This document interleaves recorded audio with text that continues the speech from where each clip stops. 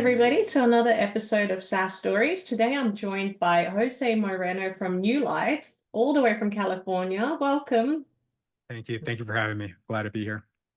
Absolutely. Now, please, can you share your story with us behind Neulight? And now you've also worked at Netflix and Microsoft, so I'd love to know how they may have influenced Neulight's development as well. Tell us that Yeah, story. I actually start off with my college as well. I went to Harvey Mudd College, which is a small private school in like Claremont. It's one of five Claremont colleges. It's Harvey Mudd itself is a pretty technical college, like MIT or Caltech, which are kind of the bigger rivals. But something that Harvey Mudd that was a bit different is that it's also a liberal arts college. And so there was a big focus on teaching us like the top of the line STEM and math and chemistry and all those things. But at the same time, they wanted us to really focus and understand what sort of impact we would have in society with the changes that we make with the kind of quote unquote hours that they gave us. And so I think that really started off a lot of my journey for the rest of my career. But I went and worked for Microsoft for about 5.5 years. I worked on Windows Live Services, and so we had over 500 million customers that we had to build large scale systems for. And so I learned how to scale systems at Microsoft. And then I spent about 9 years at Netflix. And the biggest thing that I learned at Netflix was how to build software that people love.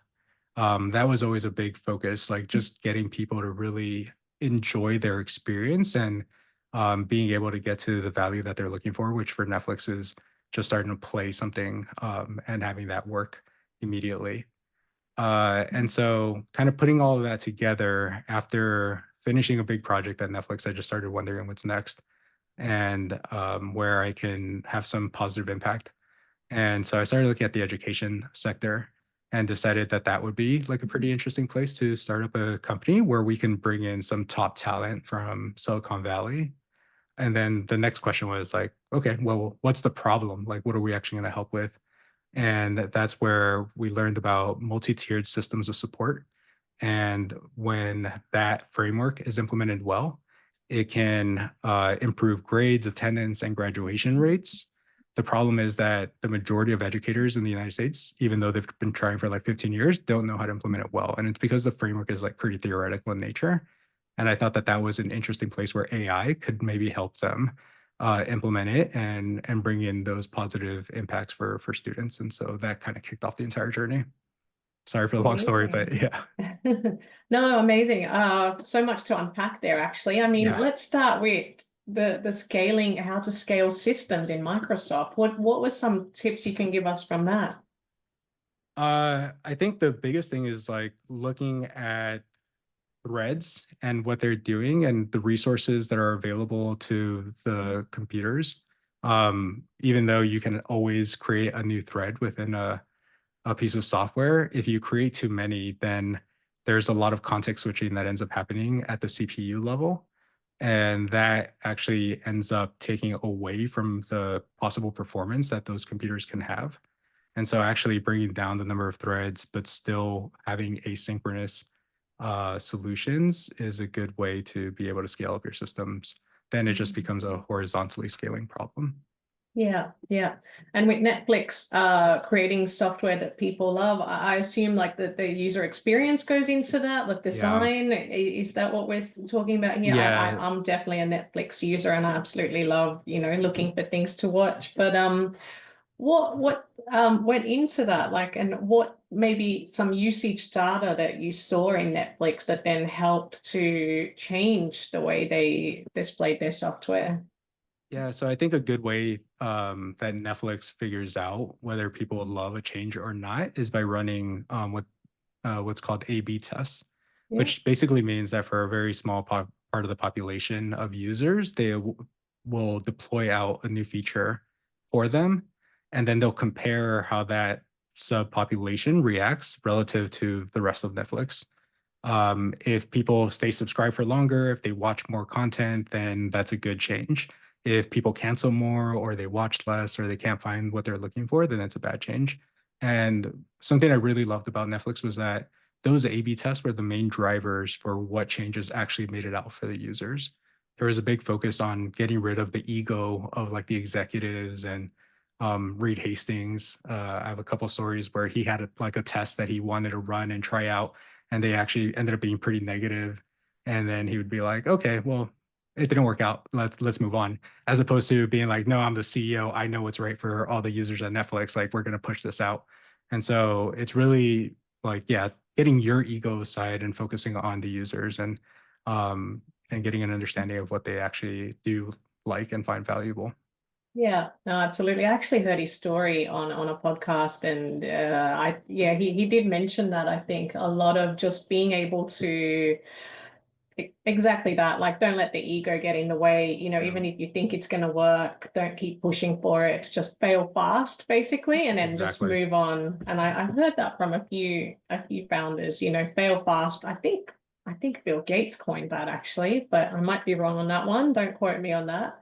Um, Coming back to Neulight, you mentioned a multi-tiered approach. Yeah, What multi-tiered systems of support. what is that?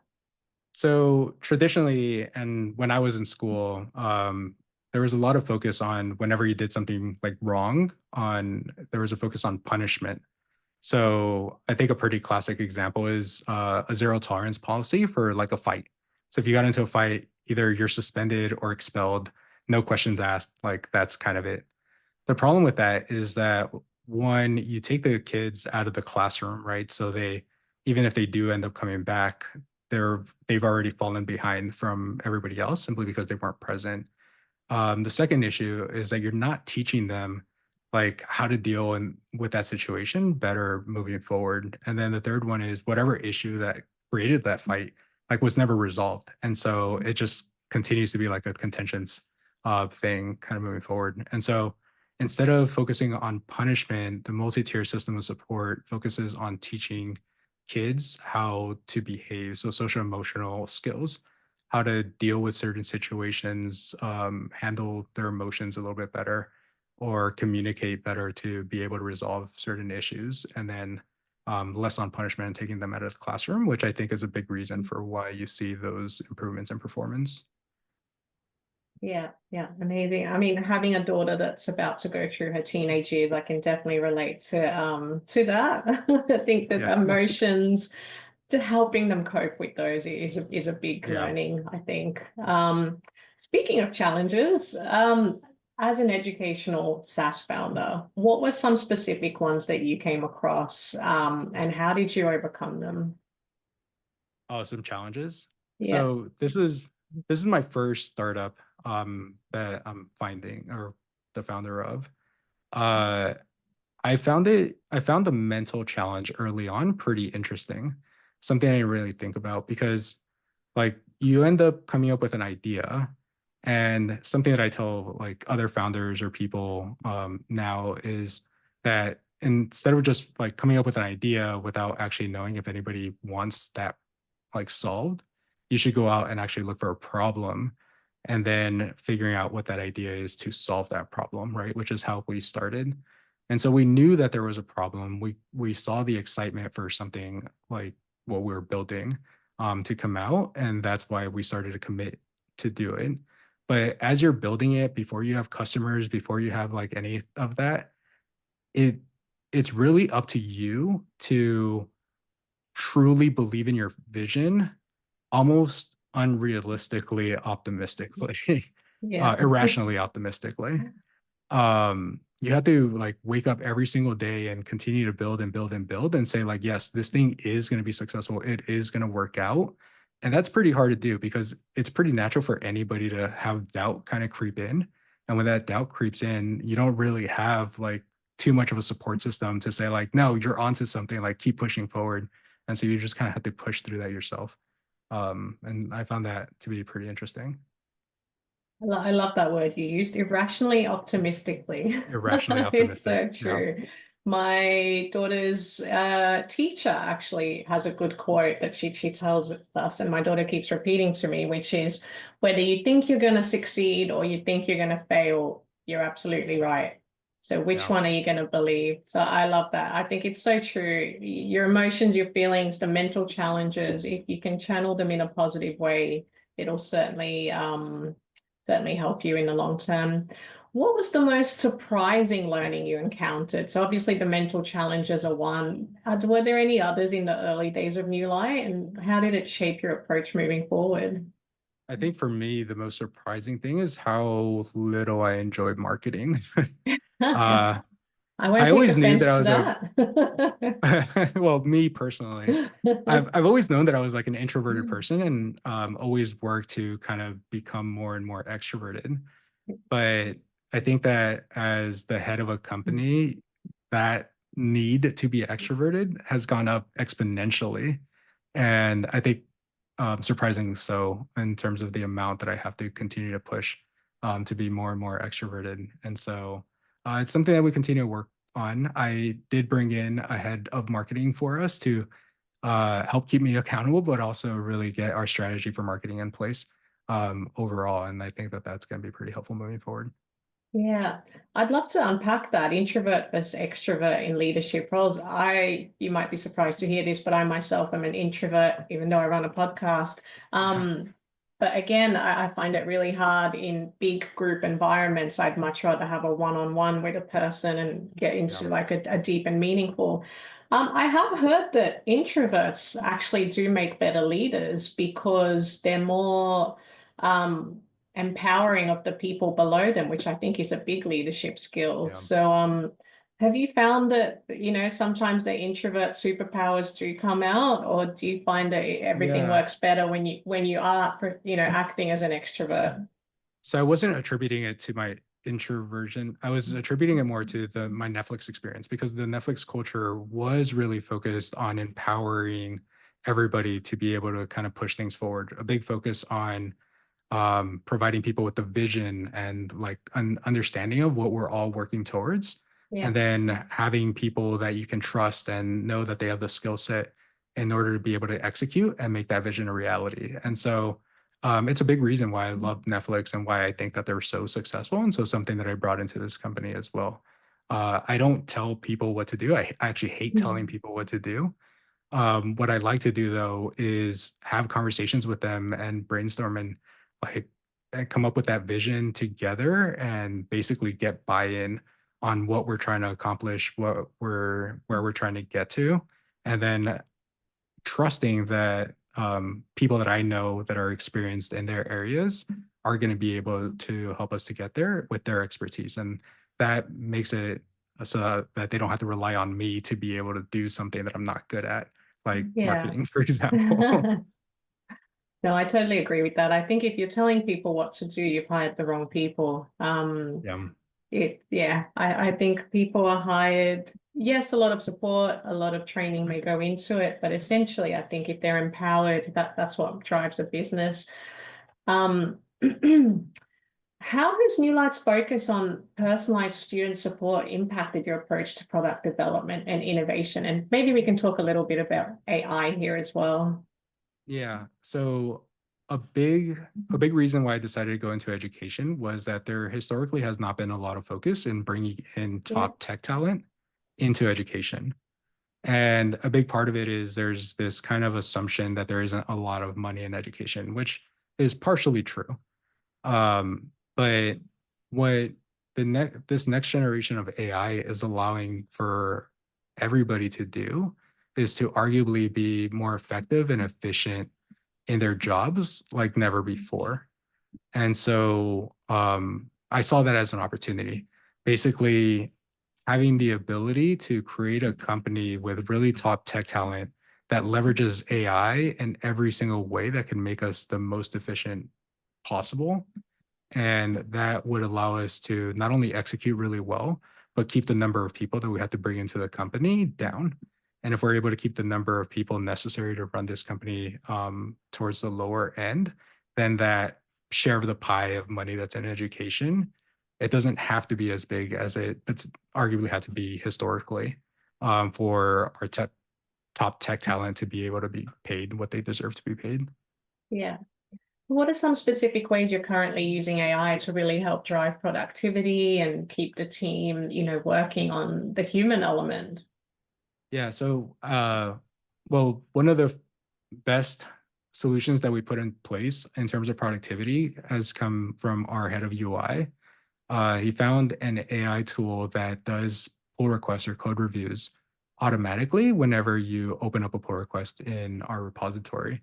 And so, especially when we have like a lower number of engineers and we're all pretty busy, it's hard to do a very comprehensive code review. And so having an AI component that actually goes through and does a pretty effective job at code reviewing our changes, that's been pretty nice. I mean, it's caught things that I've never even thought of or seen before in my like 15 years of top companies that I've been a part of. And so that's been great. And then just having a conversation with it and brainstorming in terms of the sort of impact that our product can have or how we can approach a certain solution so that it's easier for users to use. That's been like a really nice kind of assistant or buddy to have on the side with our AI tool.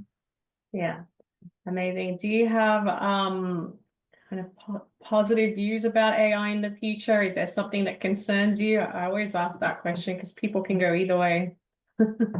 I'm sorry, can you repeat the question?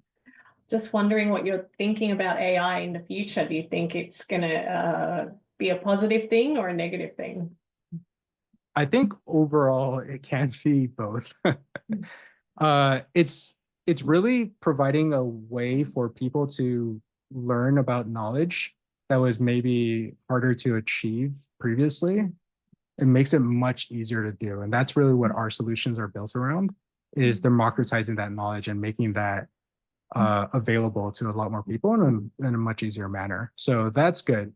On the bad side, I mean, there's the scary sort of like, are we going to build Skynet and is that going to take over humanity? And No. I mean, to be honest, there's a small possibility, and I don't want to scare anybody about it, but the rate at which these AI models are moving forward has been pretty impressive so far. Maybe we hit a limit, maybe we don't, and if we don't, then it kind of becomes a really interesting future for us. Yeah, it's definitely fun to play around with at the moment. There's a lot of I don't know, conspiracy theories around AI at the moment. I was really relieved to listen to a podcast by the ex-CEO of Google, and he actually had some really positive things to say about it. Firstly, he said we need triggers when it reaches, certain spots where we Yeah. feel threatened, turn it off. Apparently, you can do that. So I don't think we need to worry about it. You can until it figures out how to not allow itself to get turned off. Then Yes. becomes Hopefully we those don't are get what to the movies are like that. really kind of based on, right? It's like at some point Yeah. it learns how to be able to manage itself and then all bets are off. But whether or not that's possible, I'm not sure. Yeah, only time will tell. Yeah. Coming back to Neulight and the growth, so you mentioned marketing was a challenge. I'm curious, what growth strategies did you adopt? How did you grow it and increase your presence in the educational space? Was it more of a product-led growth? Yeah, we've done a few things. One, we're redoing our website and about to launch like the new version. Doing a better way of explaining what our product is has been a big focus, and Yeah. show and using product videos in order to actually show users what they would be getting is, I think, a really nice way to approach it.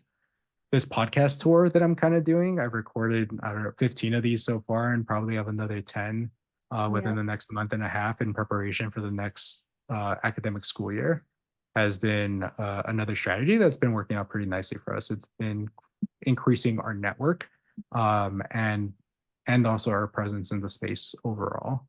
And then I think the most challenging thing for me is just to continuously post on social networks and just kind of keep pushing and pushing and pushing. And that's something that I'm continuing to work on. I don't think that we're great at it yet, but we'll continue to push forward.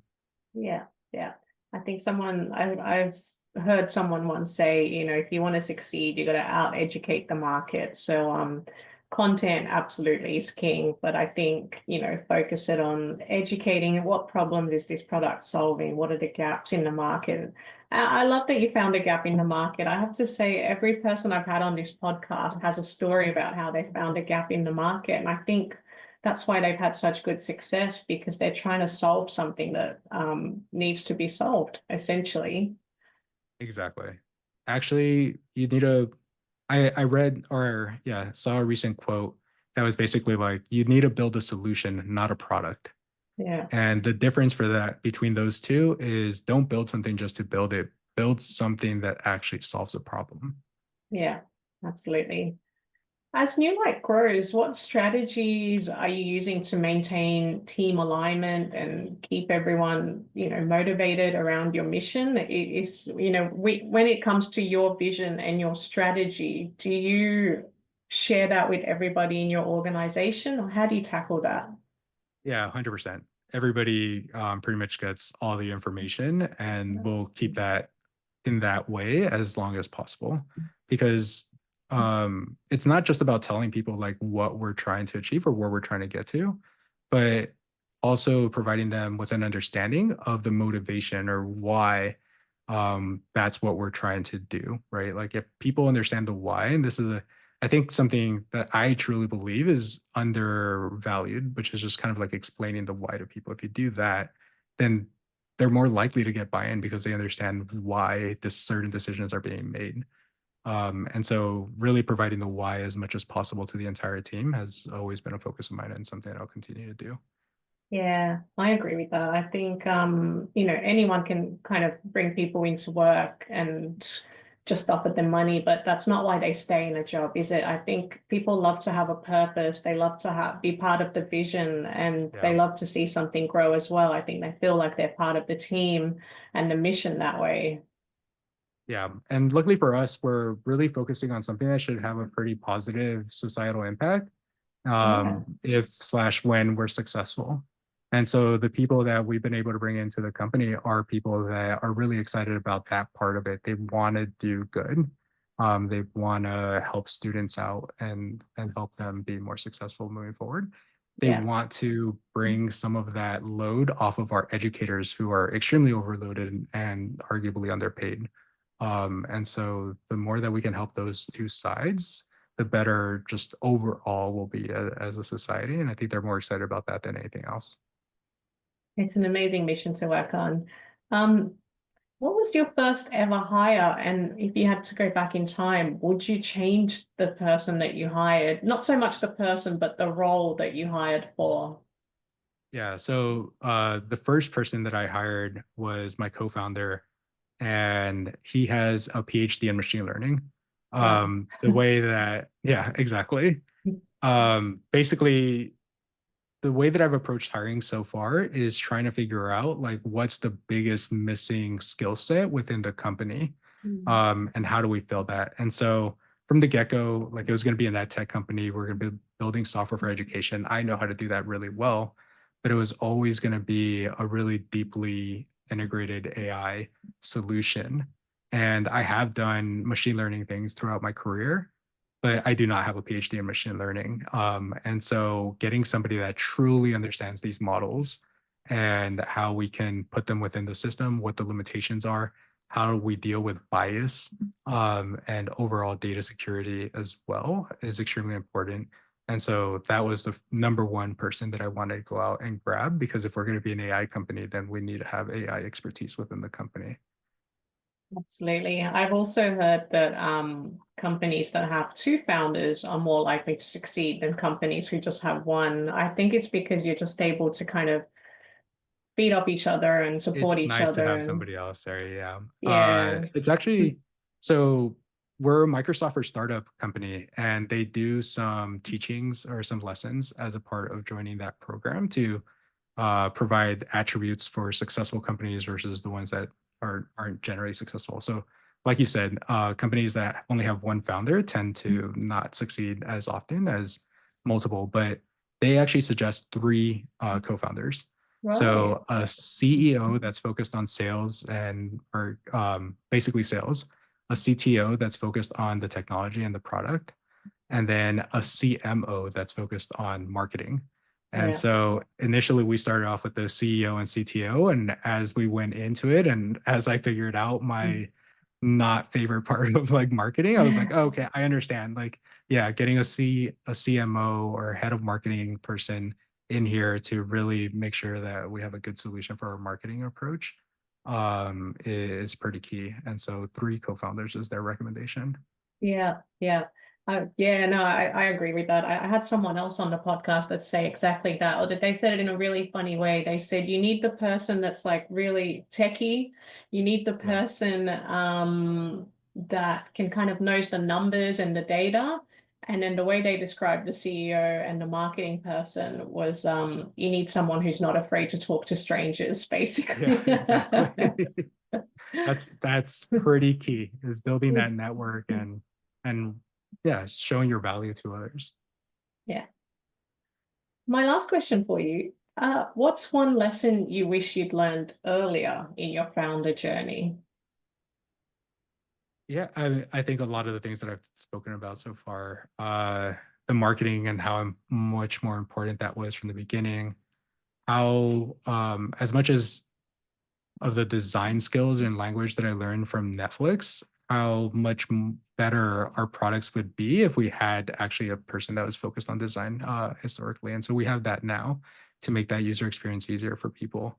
Once he came in, he looked at our website and he was like, we could do a much better job providing the value to users. And I was like, I agree. Like, please help us do it. And that's what kicked off the redesign of the website. So having a marketing person, having a design person, having your tech person, having the person that speaks to others, right? That isn't scared Yeah, to speak to others, and then having the person that can build the UI.